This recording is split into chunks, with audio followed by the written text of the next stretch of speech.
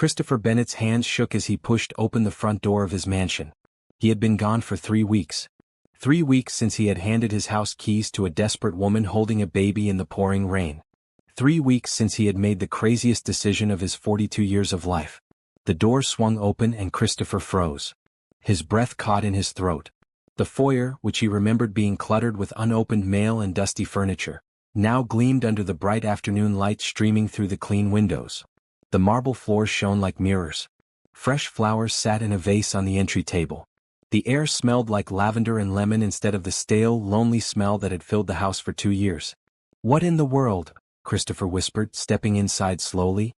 His expensive leather shoes clicked against the pristine floor. He set down his suitcase, his heart pounding. Had she robbed him? Had she sold everything and run? But no. As he walked further into the house, he saw all his belongings exactly where they should be. The paintings his late wife, Rebecca, had collected still hung on the walls. The antique clock in the hallway still ticked steadily. The family photos still sat on the mantel. Everything was there. Everything was just better. Christopher moved through the house like a man in a dream. The living room furniture had been rearranged to let in more natural light. The kitchen sparkled, every surface spotless. Fresh fruit sat in a bowl on the counter. The windows throughout the house were so clean they seemed invisible. He climbed the stairs, his mind racing. Each bedroom he passed had been cleaned and organized. The bathrooms gleamed. In the hallway he noticed the family photos had been dusted and straightened. Someone had cared for his home like it mattered. When he reached the master bedroom, he found his bed made with fresh sheets. A small note sat on the pillow, written in careful handwriting. "Welcome home, Mr. Bennett. Thank you for everything. Lunch is in the refrigerator. Simone Jackson." Christopher sat on the edge of his bed, holding the note. His throat felt tight. He had expected to come home to chaos, or to an empty house with his belongings gone. He had prepared himself for regret, for the evidence that his impulsive act of kindness had been foolish. Instead he had come home to care, to gratitude, to transformation. A soft sound from downstairs caught his attention. A baby's laugh, bright and pure. Then a woman's voice, gentle and singing a lullaby. Christopher stood and walked back downstairs, following the sound to the sunroom at the back of the house. He paused in the doorway, his hand on the frame. The sunroom, which had been his wife's favorite space but which he had let fall into neglect after her death, was alive again. The plants that had been dying now flourished in clean pots. The windows let in streams of golden afternoon light. And there, sitting in the reading chair that Rebecca had loved, was a young woman in a simple blue dress. Her skin was a deep, beautiful brown, and her hair was pulled back in a neat bun. She held a baby girl, maybe 7 months old, on her lap. The baby wore a pink outfit and reached for the book her mother held, babbling happily. The woman looked up and saw Christopher. Her eyes went wide and she immediately stood, holding the baby close. "Mr. Bennett," she said, her voice nervous but steady. "You're home."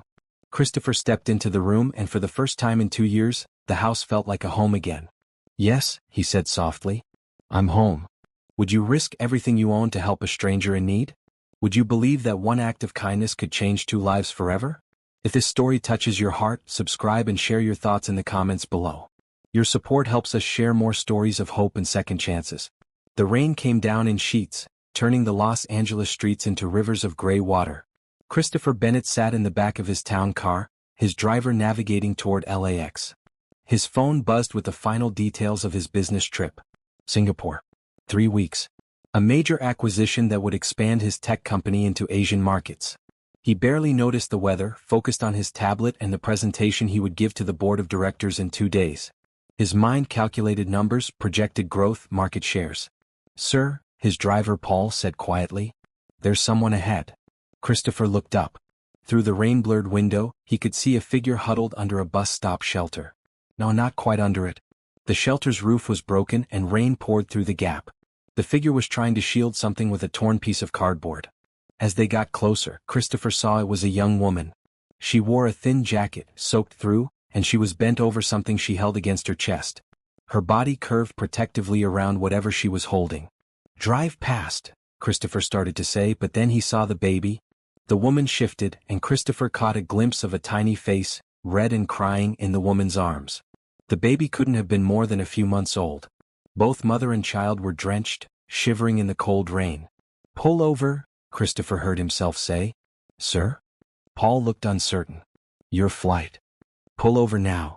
The car slid to the curb. Christopher grabbed his umbrella and stepped out into the rain. His expensive suit immediately began to get wet despite the umbrella's protection. He walked toward the bus shelter. The woman looked up as he approached. Her eyes were dark brown, filled with exhaustion and fear. She pulled the baby closer as if expecting trouble. The baby's cries were weak, almost lost in the sound of the rain. Please, Christopher said, raising his voice over the storm. I'm not going to hurt you. The woman didn't move, just watched him with those wary eyes. Christopher held out the umbrella to her. Take this. You need it more than I do. She stared at the umbrella but didn't reach for it. Her hands were too busy trying to keep the cardboard over the baby. What's your name? Christopher asked, crouching down to her level despite the water soaking into his pants. Simone, she said finally, her voice hoarse. Simone Jackson. Simone, I'm Christopher. When did you last eat? Her eyes filled with tears. Yesterday morning. Someone gave me a sandwich. And the baby? Hope, Simone whispered. Her name is Hope. I fed her the last of her formula this morning. Christopher felt something crack open in his chest. This woman had named her baby Hope, even in the middle of homelessness and rain. Even when she had nothing, she had given her child a name that meant everything. He made a decision in that moment that would change both their lives. Simone, I have to leave for a business trip. I'll be gone for 3 weeks, maybe more. I have a house, a big house, and it's empty. I want you to stay there. Simone's eyes widened. I can't. I don't. Yes, you can, Christopher said. He reached into his pocket and pulled out his keys. His house keys. This is the address. He handed her a business card with his home address written on the back. There's food in the refrigerator. Clean clothes in the closets. Everything you and Hope need. Why would you do this? Simone asked, tears mixing with rain on her face. Because someone needs to, Christopher said simply.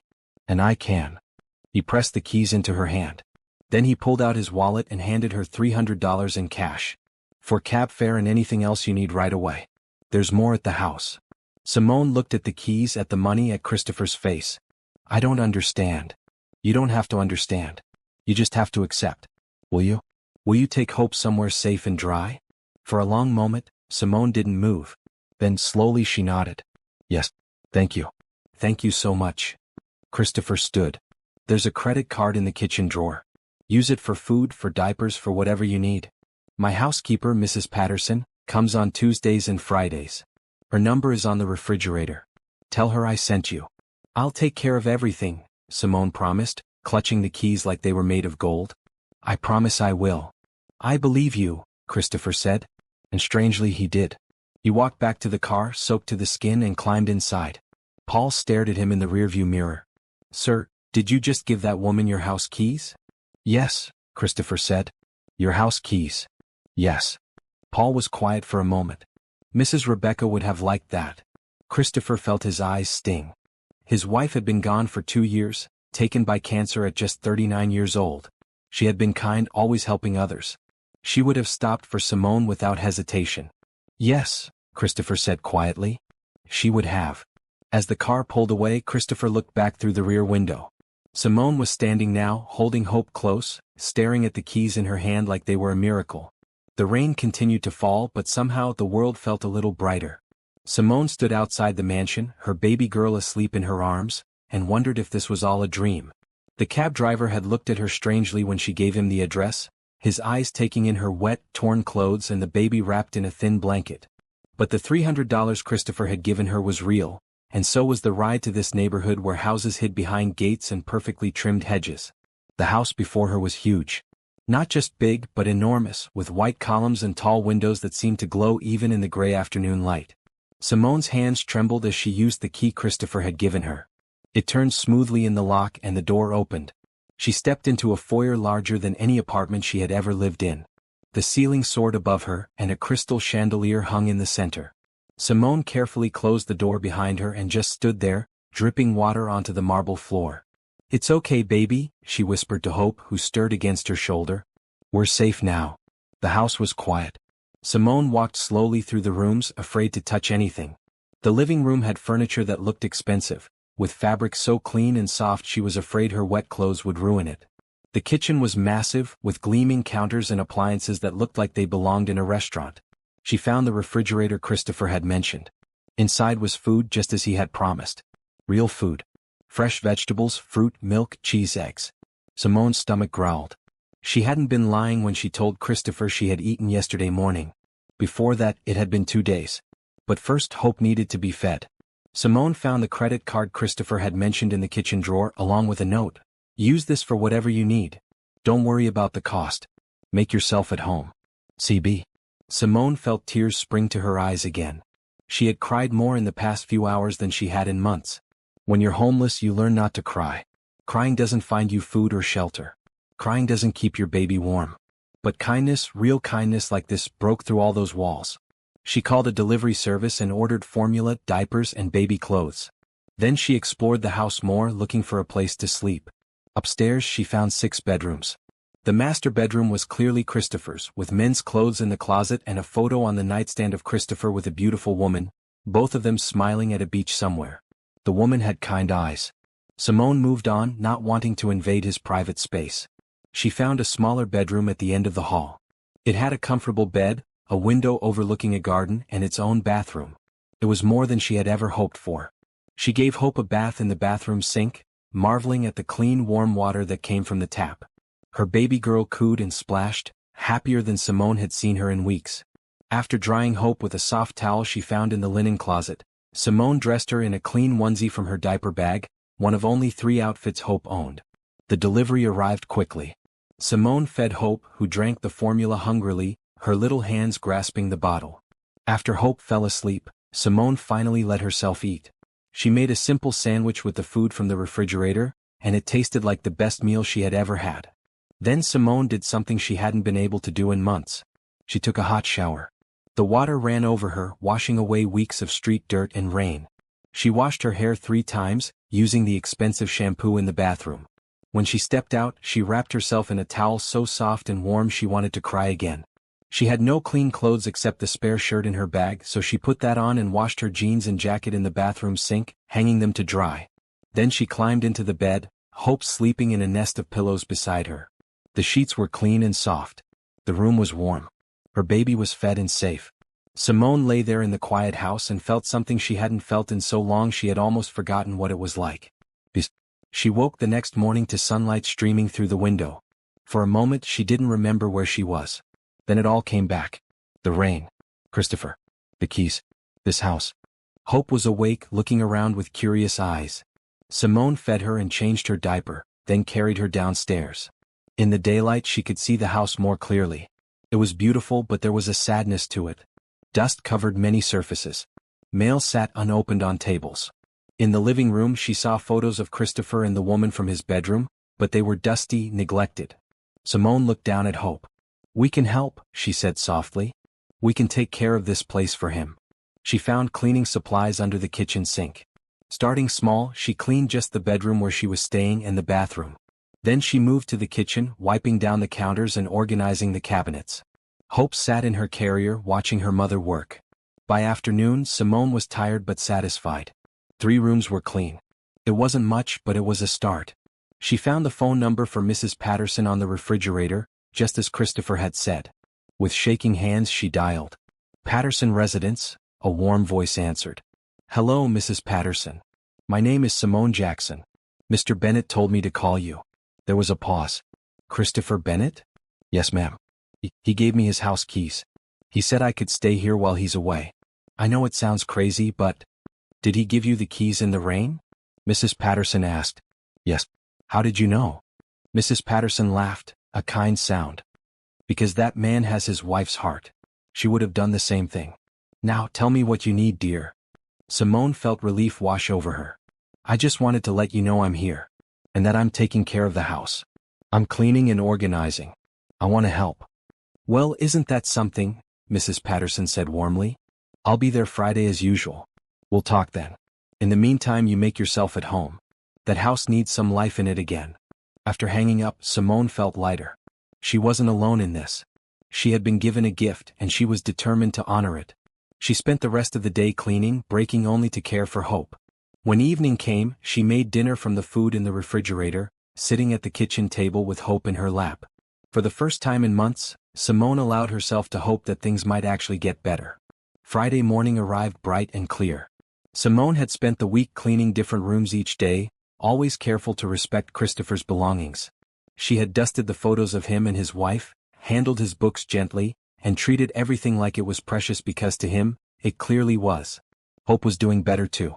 With regular feedings and a warm place to sleep, she was more alert and happy.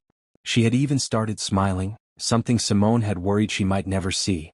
When the doorbell rang at 9 o'clock, Simone's heart jumped. She smoothed down her blue dress, one she had bought with Christopher's credit card, along with a few other simple clothes. She had been careful with the card, buying only what was necessary, keeping track of every purchase. Mrs. Patterson stood on the doorstep. She was a woman in her 60s with silver hair pulled into a neat bun and warm brown eyes. She took one look at Simone holding Hope and smiled. "Well, come here and let me see that beautiful baby," Mrs. Patterson said, stepping inside. Simone let her in and Mrs. Patterson cooed over Hope, who grabbed the older woman's finger and held on tight. "She's precious," Mrs. Patterson said. Then she looked around the foyer and her eyes widened. "Simone Jackson, you've been busy." "I wanted to help," Simone said quickly. "Everything Mr. Bennett did for us. I wanted to give something back." Mrs. Patterson walked through the house and Simone followed nervously. The older woman didn't say anything as she moved from room to room, taking in the clean surfaces, the organized spaces, the care that had been put into everything. Finally, in the kitchen, Mrs. Patterson turned to Simone with tears in her eyes. "This house," she said softly, "has been sad for 2 years. Mr. Bennett lost his wife Rebecca to cancer. After she died he just gave up on the place. He lives here but he doesn't live here, you understand? He's been going through the motions." Simone nodded. She had guessed something like that from the photos and the neglect. "I come twice a week and do what I can," Mrs. Patterson continued, "but it's been like cleaning a tomb. No matter how much I scrub, the sadness stays." She looked at Simone with something like wonder.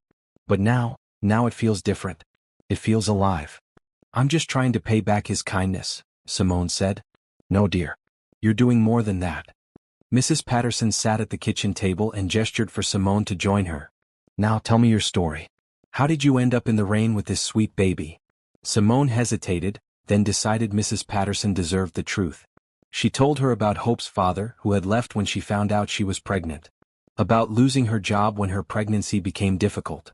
About the landlord who evicted her when she couldn't pay rent. About the shelters that were always full, the nights spent in bus stations and under bridges, the constant fear and exhaustion. Mrs. Patterson listened without judgment, just nodding and holding Simone's hand across the table.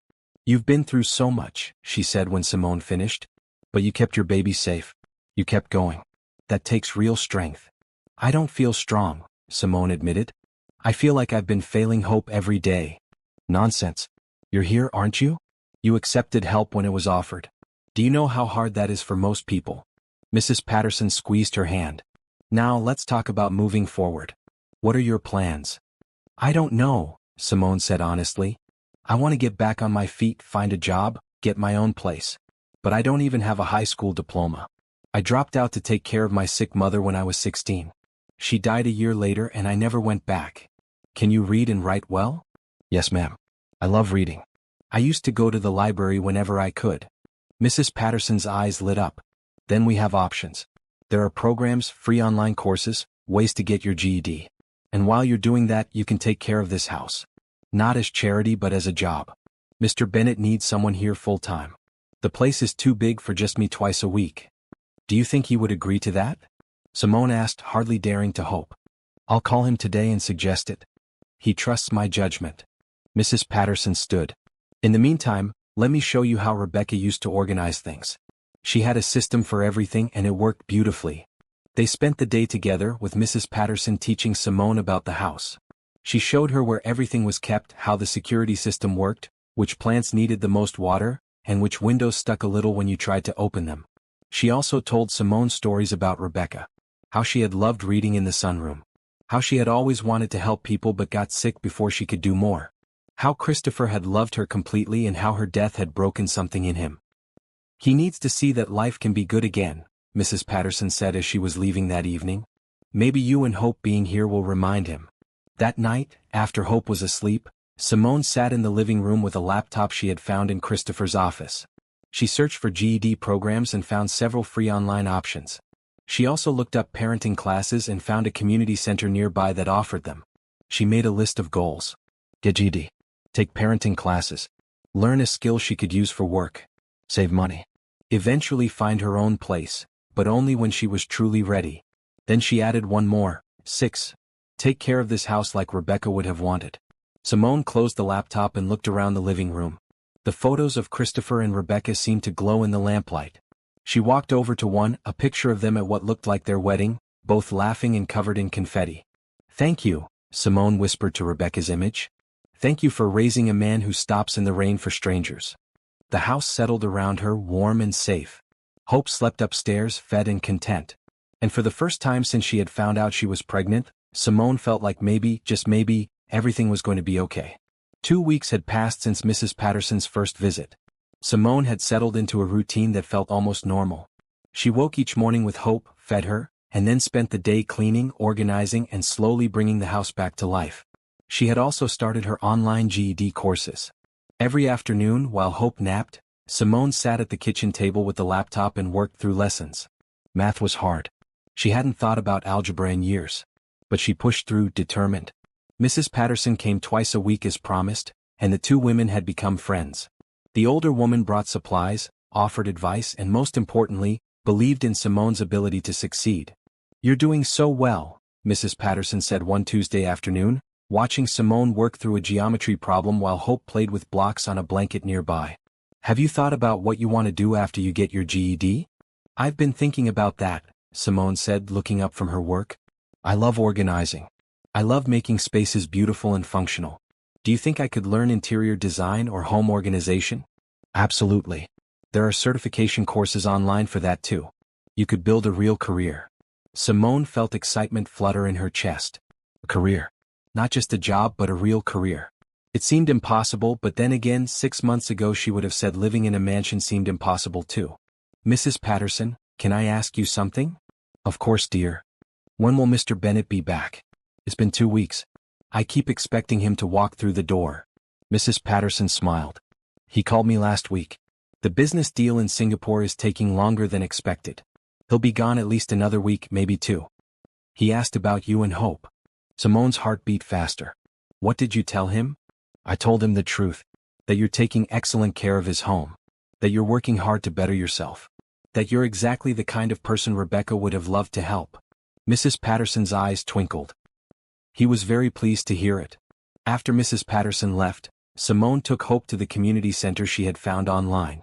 It was a 20-minute walk, but the weather was nice, and Simone had found a good stroller in one of the upstairs closets, left over from some previous time, perhaps when Rebecca had hoped to have children. The parenting class was small, just 5 other mothers with babies around Hope's age.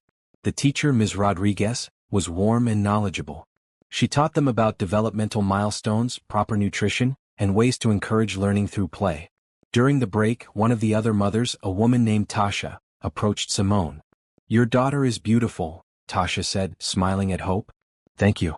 So is your son. I've seen you here the past couple weeks. Are you new to the neighborhood?" Simone hesitated, then decided on a version of the truth. "I'm staying with a family friend while I get back on my feet." "Good for you. It's hard doing this alone." Tasha shifted her baby boy to her other hip. "A few of us meet at the park on Thursdays if you want to join. It helps to have other moms to talk to." "I'd like that," Simone said, and she meant it. She had been alone for so long. Having friends, people to talk to, seemed like another impossible gift. That night, after Hope was asleep, Simone sat in the sunroom, the place that had been Rebecca's favorite. She had cleaned it the first week and had been drawn back to it every evening since. There was something peaceful about the space with its big windows and comfortable furniture. She had brought books down from Christopher's office, careful to mark each one so she could return it to exactly the right spot.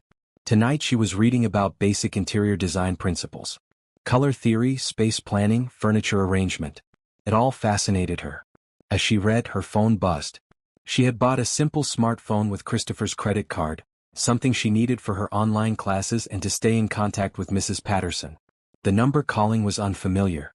"Hello," she answered cautiously. "Hello, is this Simone Jackson?" The voice was male, professional, with a slight accent.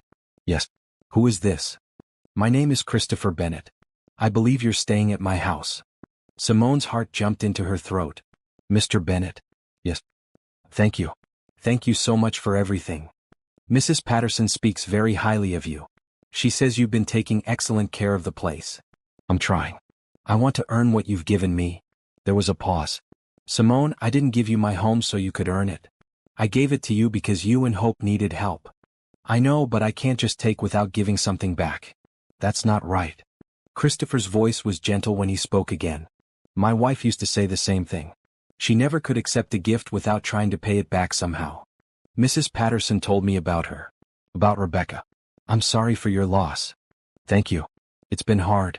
The house has been hard. I couldn't bear to be in it, but I couldn't bear to leave it either. It's a beautiful home, Simone said softly. She had good taste. I can see her touch everywhere. She did. She would have liked you, I think. Christopher cleared his throat. I'm calling because my trip has been extended again. Might be another 2 weeks. I wanted to make sure you're comfortable staying longer. Are you sure? I don't want to impose. You're not imposing. Honestly, knowing someone is there taking care of the place makes me feel better. The house has been empty of life for too long. Then yes, Hope and I will stay. And Mr. Bennett? Thank you. You saved our lives. You saved your own lives, Christopher said. I just opened a door. After they hung up, Simone sat in the quiet sunroom, holding the phone and feeling grateful beyond words. She was starting to understand that accepting help didn't make her weak. It made her human. She looked around the sunroom, imagining Rebecca sitting here with her books and her plants. I'll take care of him, Simone whispered to the room to Rebecca's memory. I'll take care of your home and your husband. I promise. The house seemed to settle around her, warm and welcoming as if Rebecca's spirit approved.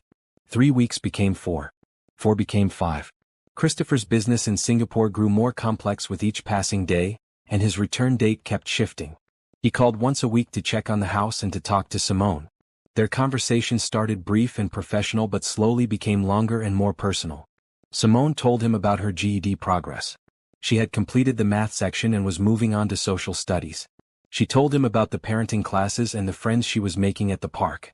She told him how Hope was thriving, how she had started to really laugh, how she reached for everything now with curious hands. Christopher told her about Singapore, about the business negotiations that seemed to stretch on forever. But he also told her about his life, about Rebecca, about how they had met in college and fallen in love over shared dreams of making the world better. About how her death had left him hollow. The house feels different now, he said during one call. Even from thousands of miles away I can feel it. It feels alive again. Hope is very loud, Simone joked. Maybe that's what you're sensing. Christopher laughed, and Simone realized it was the first time she had heard him really laugh. Maybe. But I think it's more than that. I think it's you. You're bringing light back into a dark place. Simone didn't know what to say to that, so she changed the subject to a problem with the garden sprinklers, which Christopher patiently helped her troubleshoot. Mrs. Patterson continued to visit twice a week, and she had become like a grandmother to Hope and a mother figure to Simone. She taught Simone to cook using the gourmet kitchen, showing her recipes that Rebecca had loved. She helped Simone enroll in an online certificate program for interior design and home organization. You have a real eye for this, Mrs. Patterson said one day, watching Simone rearrange the living room to better showcase Rebecca's art collection while also making the space more functional. You should consider making this your career.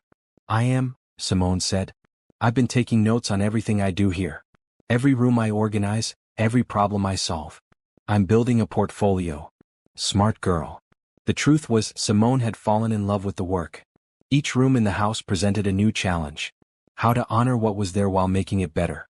How to preserve memories while creating space for new life. She had transformed the unused guest rooms into functional spaces, one as a home office, another as a library, organizing Christopher's book collection by genre and author. She had also created a nursery for Hope in the room next to her own. Using Christopher's credit card carefully, she had bought a crib, a changing table and soft toys. She had painted the walls herself in a gentle yellow, spending Hope's nap times rolling paint and dreaming of the future. One Thursday afternoon, Simone met Tasha and 3 other mothers at the park. They sat on benches while their babies played on blankets in the grass. Well, the babies mostly just sat and grabbed at grass and each other, but it counted as playing. So Simone, Tasha said, you've been mysterious about where you're living? Spill. Simone had known this question would come eventually. She took a breath and told them the story. The rain, the baby, Christopher stopping to help, the keys to his house. The women stared at her in amazement. "That's incredible," said another mother, Kenji. "But also, how are you handling living in someone else's house? That must be stressful." "It is sometimes," Simone admitted. "I'm always worried I'll break something or do something wrong. But I'm trying to think of it as a job. I'm taking care of the house, and in return, Hope and I have a safe place to live while I get my education." "What happens when he comes back?" Tasha asked gently. It was the question Simone asked herself every night. "I don't know. We'll figure it out, I guess. He mentioned maybe hiring me permanently to manage the house, but I don't know if that will really happen." "You need to protect yourself," Kenji said. "What if he changes his mind when he gets back? Do you have a backup plan?" "Not really," Simone said. "But I'm trying to prepare for anything. I'm saving the stipend Mrs. Patterson convinced him to give me. Every penny. And I'm working as fast as I can on my GED and certificates. If I have to leave, I want to leave with skills and options." The women nodded approvingly. They spent the rest of the afternoon sharing advice, swapping baby stories, and laughing together. By the time Simone walked home, pushing Hope in the stroller, she felt stronger. She had friends now. A support system. That evening, Christopher called earlier than usual. It was morning in Singapore and he sounded tired. "I'm finally coming home," he said. "Next week. The deal is done." Simone's heart dropped and soared at the same time. "That's wonderful. You must be relieved." "I am. And nervous." "Nervous?"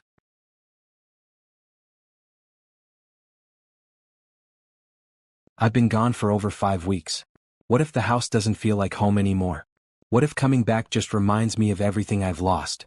Simone thought carefully before answering. "Home isn't just a place. It's a feeling. And feelings can change. Maybe it won't feel like the home you left, but that doesn't mean it won't feel like home at all. Maybe it will feel like a new kind of home." Christopher was quiet for a moment. "You're wise, Simone Jackson. I've had a lot of time to think about home lately. What it means. What makes a place safe.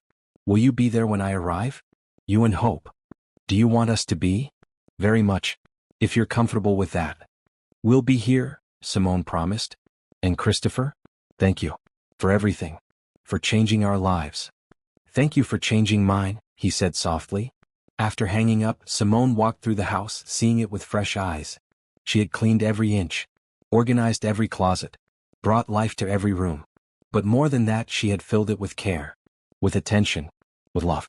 Rebecca smiled at her from the photos, and Simone felt, somehow, that she had kept her promise. She had taken care of this house and its owner, even from a distance. Now Christopher was coming home. And everything would change again. Christopher Bennett stood at the window of his hotel room in Singapore, looking out at the glittering skyline. It was 3 in the morning, but he couldn't sleep. In 12 hours he would board a plane home. Home to Los Angeles. Home to a house he had given to a stranger. The business deal had been brutal. Negotiations that should have taken 2 weeks had stretched to 5. There were cultural barriers to navigate, legal complexities to untangle, and moments when Christopher had been certain the whole thing would fall apart. But his team had persevered, and they had finally closed the acquisition that would expand Bennett Technologies into the Asian market. It should have felt like a victory. It was a victory. But all Christopher could think about was whether Simone and Hope were still at his house, and what it would be like to see them in person. He had talked to Simone every week, sometimes more. What had started as quick check-ins had evolved into real conversations. He knew about her GED progress, her struggles with algebra, her love of organizing spaces. He knew Hope was 7 months old now and had started trying to crawl. He knew Simone loved reading in the sunroom and that she had made friends at the park. But he didn't know what it would feel like to walk into his home and see them there. His phone buzzed. Mrs. Patterson, texting at an ungodly hour again. She never seemed to sleep. "Stop worrying. The house is beautiful. They are wonderful. You made the right choice. Now come home." Christopher smiled. Mrs. Patterson had been with him and Rebecca from the beginning. She had been Rebecca's choice, a housekeeper who became family. When Rebecca got sick, Mrs. Patterson had been there through every treatment, every hospital stay, every dark moment. After Rebecca died, Mrs. Patterson had kept coming, even though Christopher had barely been present in his own life. "You can't give up," she had told him once. Rebecca wouldn't want that. But he had given up, in a way. He had thrown himself into work, traveling constantly, avoiding the house and all its memories. He had been running for 2 years. Then he had seen Simone in the rain, holding her baby, and something had broken open inside him. Or maybe something had finally started to heal. His business partner, James Wu, had thought he was crazy when he explained what he had done. "You gave your house keys to a homeless woman?" James had said, staring at him over dinner their first night in Singapore. "Yes." "Your house keys? To your actual house?" "Yes." "Christopher, that's either the most generous or most foolish thing you've ever done." "Maybe both," Christopher had admitted. "But it felt right. Rebecca would have done it." James had nodded slowly. He had known Rebecca had been at their wedding. "Yeah, she would have. But that doesn't mean it's smart. What if this woman robs you blind? Then I'll have lost some things. But she and her baby will be warm and fed." James had shaken his head, but he had been smiling. "You're a good man, Christopher. I hope it works out." And it had worked out. Better than Christopher could have imagined. Mrs. Patterson's weekly reports had been glowing. Simone was responsible, hardworking, and kind. She was taking care of the house like it was her own. More than that, she was bringing it back to life. Christopher had extended his trip partly because of business, but partly because of fear. What if he went home and the magic broke? What if seeing Simone and Hope in person reminded him too painfully of what he had lost with Rebecca? What if they left? But he couldn't hide in Singapore forever. It was time to go home. The flight was long. Christopher tried to work, tried to sleep, tried to watch movies. Nothing held his attention. He kept thinking about that moment when he would open his front door and step inside. Would Simone be there? Would Hope? Or would he find a note saying they had moved on, thanking him for his generosity but explaining they couldn't stay? The thought made his chest tight. He realized, somewhere over the Pacific Ocean, that he wanted them to stay. Not just because they needed help but because the house needed them. He needed them. When the plane finally landed at LAX, Christopher felt like a nervous teenager on a first date. He collected his luggage, dismissed his driver's offer to take him home, and instead got into his own car that had been parked at the airport. He needed to drive himself. Needed the time to think. The city passed by outside his windows, familiar and strange at the same time. 5 weeks was a long time. Everything looked slightly different, or maybe he was the one who was different. He pulled into his driveway at 3 in the afternoon. The house looked exactly as it always had from the outside, white and imposing and elegant. But something about it seemed warmer, more welcoming. Christopher grabbed his suitcase and walked to the front door. His hand shook slightly as he put the key in the lock. He had told Simone he was coming today, but he hadn't given her an exact time. He wanted to see the house as it really was, not staged for his arrival. The door opened, and Christopher stepped into a home. The transformation Christopher saw when he walked through the door took his breath away. In his weeks of thinking about this moment, he had tried to prepare himself, but nothing could have prepared him for the reality. His house, which had been a mausoleum for 2 years, was alive. Simone appeared from the kitchen, wearing a simple blue dress, her hair pulled back, her face showing surprise and joy. In her arms was Hope, bigger than in the photos she had sent, with bright eyes and reaching hands. "Mr. Bennett," Simone said, walking toward him with a smile. "Welcome home." Christopher set down his suitcase. "Please call me Christopher. We've been talking on the phone for 5 weeks. I think we're past formalities." Hope babbled and reached toward him.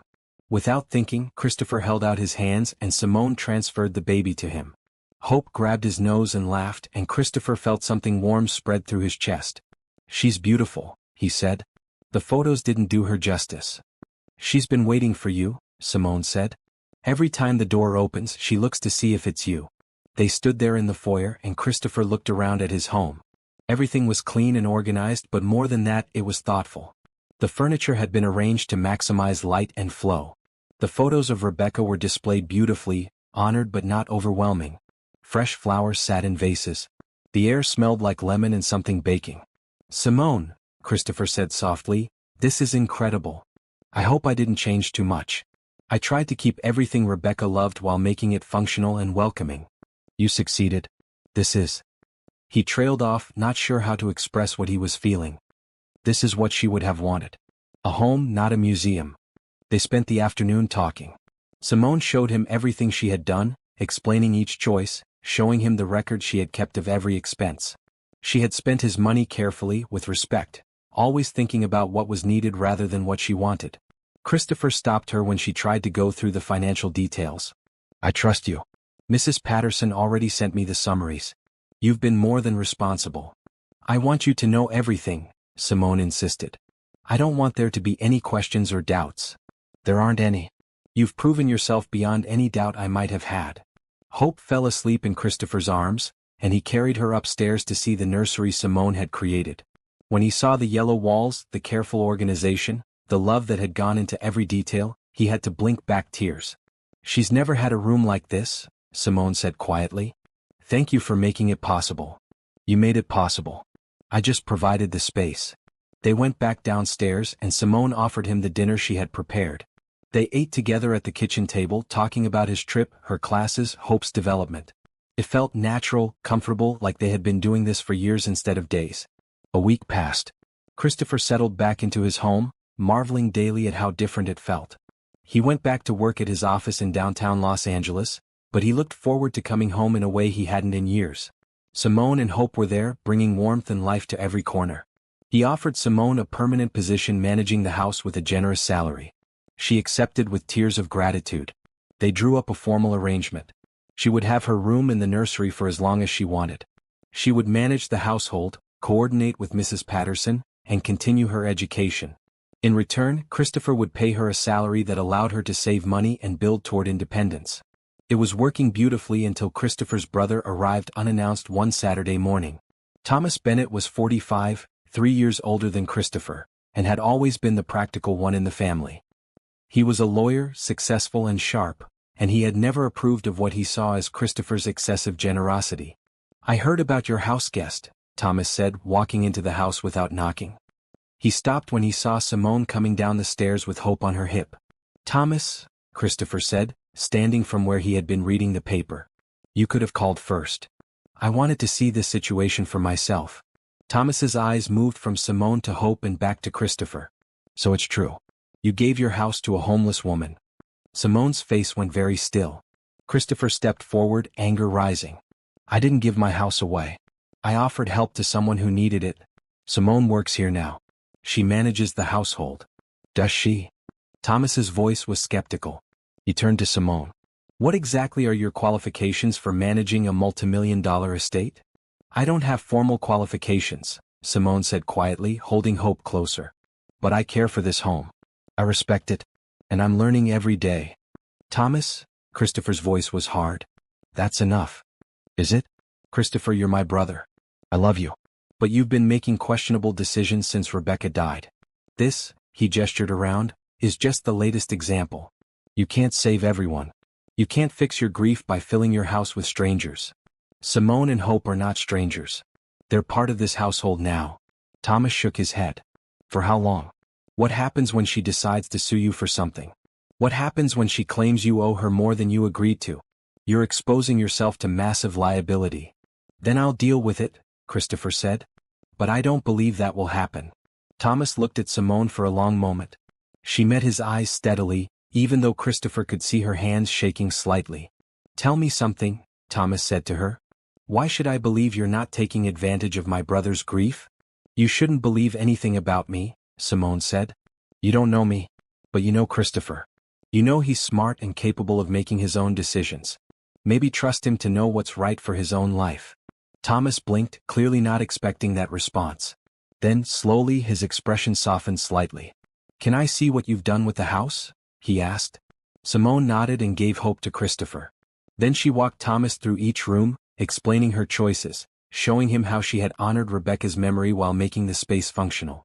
She answered his questions honestly, never defensive, just clear and direct. By the time they returned to the living room, Thomas looked thoughtful. I apologize, he said to Simone. I came here ready to dislike you, ready to protect my brother from what I thought was a mistake. But this house, it's beautiful. It's alive. Rebecca would have loved what you've done. Thank you, Simone said simply. Thomas turned to Christopher. You were right. I was wrong. I'm sorry I doubted you. You were being protective. I understand. After Thomas left, Simone sat on the couch, her hands still shaking. I thought he was going to demand I leave. He has no right to demand anything. This is my house, my decision. Christopher sat beside her. But I'm glad you stood up to him. You handled that with more grace than I would have. I've learned that getting defensive doesn't help. Just telling the truth and letting people make up their own minds works better. That evening, as Simone was putting Hope to bed, Christopher's phone rang. It was Thomas. I meant what I said. You made the right call. That woman is remarkable. I know, Christopher said. Don't screw this up. What do you mean? I saw how you look at her. And how she looks at you. Just, be careful. Make sure everyone's on the same page about what this is. After hanging up, Christopher sat in the quiet living room and admitted to himself what he had been trying not to acknowledge. He was developing feelings for Simone. Real feelings. Not just gratitude or protectiveness but something deeper. And he had no idea what to do about it. 2 months after Christopher's return, the household had settled into a comfortable rhythm. Simone passed her GED exam with high scores, a moment of triumph that they celebrated with a cake Mrs. Patterson baked. Hope turned 9 months old and started crawling, getting into everything and making them both laugh with her determination to explore. Christopher found himself spending more time at home and less time traveling.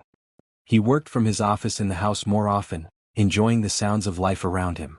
Hope's babbling, Simone humming as she worked, Mrs. Patterson's cheerful chatter when she visited. But something was shifting. The comfort between Christopher and Simone was growing into something else, something neither of them wanted to name but both felt. One evening after Hope was asleep, they sat together in the sunroom. It had become their habit, these quiet evening conversations. Simone would tell him about her day, her online courses in interior design, her friends from the park. Christopher would tell her about his work, his plans for the company, his memories of Rebecca. Tonight, though, Christopher seemed different. Quieter. More thoughtful. Simone, he said finally, can I ask you something personal? Of course. Hope's father. Do you ever think about him? Do you worry he'll come back? Simone was quiet for a moment. I used to worry about that. But no, I don't think he'll come back. When I told him I was pregnant, he said he wasn't ready to be a father. He gave me $500 and told me to take care of it. When I said I was keeping the baby, he left. I haven't heard from him since. I'm sorry. Don't be. If he had stayed, it would have been for the wrong reasons. Hope deserves better than a father who sees her as an obligation. She deserves the world, Christopher said. And so do you. The air between them felt charged. Simone looked at Christopher, really looked at him, and saw something in his eyes that made her heart beat faster. Christopher, she said carefully, what are we doing here? What do you mean? I mean this. We're not employer and employee, not really. We're not just housemates. So what are we? Christopher set down his coffee cup and turned to face her fully. I've been asking myself the same question. The truth is, Simone, I care about you. More than I should, maybe. More than is appropriate given our situation. Simone's breath caught. I care about you too. But I'm afraid. Of what? Of everything. I'm living in your house. You pay my salary. There's a power imbalance here. If something happened between us and it didn't work out, where would that leave me and Hope? I can't risk her stability for my feelings. You're right, Christopher said, and Simone felt her heart sink. There is a power imbalance. So we need to fix that before anything else can happen. How? You need to be truly independent. Not living here because you have nowhere else to go, but choosing to be here. Simone shook her head. I'm not ready for that. I'm still building my skills, still saving money. I know. But what if we made a plan? What if we set a timeline for you to get your own place, build your career, become fully independent? Then, if we both still feel this way, we can explore it without any power imbalance. How long? 6 months? A year? However long you need. Simone thought about it. The idea scared her. She had become comfortable here, safe. The thought of leaving, even with a plan, made her anxious. But she also knew Christopher was right. She couldn't build a real relationship from a place of dependence. 6 months, she said finally. In 6 months, I'll have my interior design certification finished. I'll have a year of experience managing this house. I'll have savings. I can look for my own place and start my own business. And then we'll see where we both are. If we still feel the same way, we can try. Really try as equals. Christopher reached out and took her hand. It was the first time they had touched beyond accidental brushes. His hand was warm, solid, safe. 6 months, he agreed. And in the meantime, we'll be friends. We'll work together. We'll raise Hope together in a way. But we'll keep appropriate boundaries. It was the right decision. The smart decision. So why did Simone feel like crying? The next morning, Simone's phone rang with an unfamiliar number. She answered cautiously. Simone Jackson? The voice was female, official. Yes. This is Karen Williams from the Child Welfare Services. We received a report about your living situation with your daughter. We need to do a home visit to ensure the child is in a safe environment. Simone's blood went cold. A report? From who? I'm not at liberty to say. Can we schedule a visit for tomorrow? After hanging up, Simone stood in the kitchen, shaking. Someone had reported her to child services. Someone thought Hope wasn't safe. Christopher found her there 10 minutes later, pale and frightened. When she told him what happened, his face went hard. This is Thomas. It has to be. He seemed okay when he left, but maybe he changed his mind. Maybe he thought this was the way to protect me. Will they take Hope? Simone's voice was barely a whisper. No, Christopher said firmly. Hope is healthy, happy, and clearly well cared for. This house is safe. You're a good mother. They'll see that. But I was homeless. What if they say I'm unfit? You're not homeless now. You have a job, a home, and you're building a future. We'll show them all of that. Mrs. Patterson, when she heard the news, was furious. If it was Thomas, I'll give him a piece of my mind. That boy never did know when to leave well enough alone. The home visit was scheduled for 2 o'clock the next day. Simone barely slept that night, going over every detail of Hope's care, making sure everything was perfect. When Karen Williams arrived, she was professional but not unkind. She walked through the house, examined the nursery, watched Simone interact with Hope. She asked questions about Simone's history, her current situation, her plans for the future. Christopher was present for part of the visit, explaining how Simone came to live there, how she had proven herself responsible and caring. He showed documentation of her employment, her GED, her ongoing education. After 2 hours, Ms. Williams closed her notebook. Ms. Jackson, I have to be honest. When I got this report, I expected to find a concerning situation. But what I've found is a child who is thriving, a mother who is working hard to provide, and a support system that is helping you succeed. She looked at Christopher. Mr. Bennett, your generosity is admirable. Ms. Jackson, your determination is impressive. So Hope can stay with me? Simone asked, her voice shaking. Absolutely. There's no cause for concern here. I'll be closing this case immediately. After Ms. Williams left, Simone burst into tears. Christopher held her while she cried, all the fear and tension of the past 24 hours pouring out. She's safe, Simone sobbed. Hope is safe. Of course she is. She's with her mother where she belongs. Later that evening, Thomas called Christopher. I need to apologize, Thomas said. I didn't make that report. I swear. But I know who did. Who? Apparently, someone saw Simone at the park and recognized her from when she was homeless. They thought you were taking advantage of her somehow, thought she was being coerced into staying with you. They called it in thinking they were helping. But the social worker cleared everything? Yes. I called to check. The case is closed. Simone and Hope are fine. Christopher felt the tension leave his body. It hadn't been malicious, just a misunderstanding. But it had been terrifying nonetheless. When he told Simone, she nodded slowly. I guess this is part of building a new life. People from my past seeing me now and not understanding how I got here. Does it bother you? A little. But Ms. Williams saw the truth. That's what matters. That night, as Simone put Hope to bed, she looked at her daughter's sleeping face and felt grateful beyond words. They had a home. They had safety. They had hope. And in 6 months, if everything went according to plan, they might have something even more. They might have love. 6 months passed like a dream and an eternity at the same time. Simone finished her interior design certification with top marks. She completed an advanced course in home organization. She built a portfolio of her work on Christopher's house, documenting every room transformation with before and after photos. More importantly, she saved money. Every penny of her salary that didn't go to Hope's needs went into a savings account. By the end of 6 months, she had enough for first and last month's rent on an apartment, a security deposit, and a cushion for emergencies. She also started getting clients. Word spread through her friends at the park and then through their friends. People who needed help organizing their homes, designing spaces, making their houses feel like homes. Simone took jobs on weekends, building her reputation and her business. Hope grew into a toddler, walking and babbling in what Simone swore were almost words.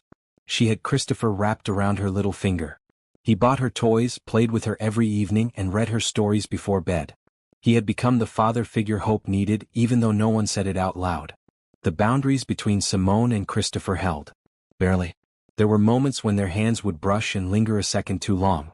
Times when their eyes would meet and something electric would pass between them. But they kept their promise. They stayed friends. They waited. Mrs. Patterson watched it all with knowing eyes. You two are dancing around each other like teenagers, she said one Tuesday afternoon. It's sweet and frustrating at the same time. We made an agreement, Simone said. I know you did. And I respect it. But honey, don't wait so long that you miss your chance at happiness. On the 6-month mark, Simone found a small apartment 15 minutes away. It was nothing like Christopher's mansion. It was tiny, just 2 bedrooms, but it was clean and safe and affordable. She signed the lease and felt both proud and sad. You don't have to leave, Christopher said when she told him. You can stay here as long as you want. I need to do this, Simone said. For me. I need to prove I can stand on my own. You've already proven that. Then I need to feel it. I need to know that when I choose to be with someone, it's because I want to be, not because I have to be. Christopher nodded, understanding but clearly unhappy. When do you move? 2 weeks. Those 2 weeks were bittersweet. Simone and Christopher spent every evening talking, making plans for how to stay connected. Hope would still see him regularly. Simone would continue to manage his house remotely, hiring a new daily housekeeper but overseeing all the major decisions. It wasn't an ending, they told each other. Just a transition. The day before Simone was set to move, Christopher asked her to meet him in the sunroom after Hope was asleep.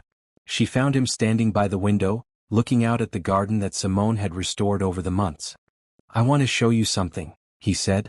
He led her outside to the garden. In the center, where Rebecca had always wanted a fountain but never got around to installing one, there was now a beautiful stone fountain with water flowing gently. Next to it was a bench with a plaque that read, "For Rebecca, who believed in second chances. And for Simone, who proved they're possible." Simone's eyes filled with tears. Christopher. Rebecca would have loved you, he said. She would have loved what you've done here. How you've honored her memory while making this place live again. This fountain is for both of you. For the women who taught me that generosity and hope can change everything. They sat on the bench, watching the fountain, and Simone realized she was saying goodbye to more than just a house. She was saying goodbye to a chapter of her life. The chapter where she was helpless and desperate. The chapter where she needed saving. Tomorrow would begin a new chapter. One where she was strong and independent. One where she chose her own path. The move happened on a sunny Saturday. Christopher and Thomas helped carry boxes. Mrs. Patterson brought food and supervised the organization of the kitchen. Hope toddled around the new apartment, exploring every corner. When everything was unpacked and everyone had left, Simone sat in her small living room and felt something unexpected.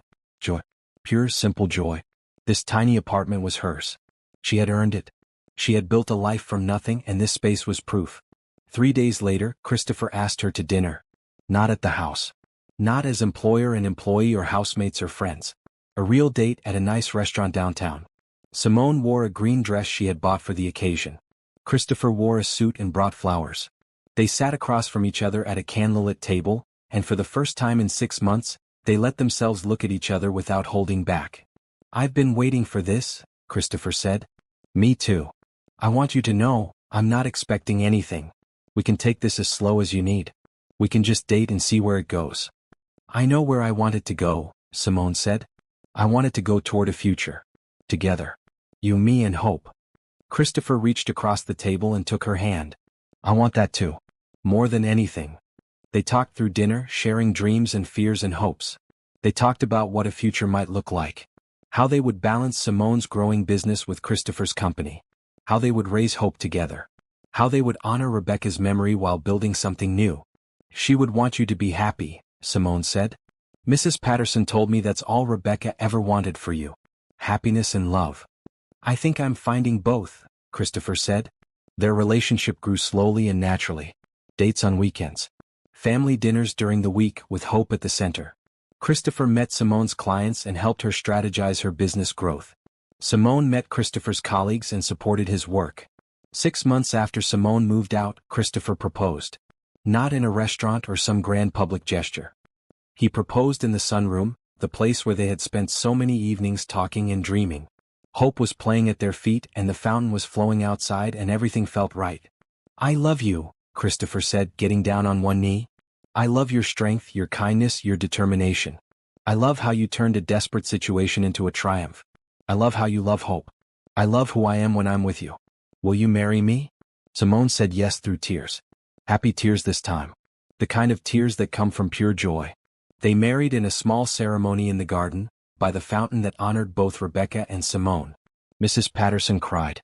Thomas gave a speech about how wrong he had been and how grateful he was to be wrong. Hope was Flower Girl, toddling down the aisle in a pink dress, throwing petals everywhere but where they were supposed to go. Simone moved back into the mansion, but this time as Christopher's wife. They transformed the house together, keeping Rebecca's memory alive in the photos and the garden but adding new memories everywhere. Hope's first steps in the hallway. Family dinners in the kitchen. Laughter and life in every room. Simone's business grew. She became known as one of the best home organizers and interior designers in Los Angeles. She hired employees. She wrote articles for magazines.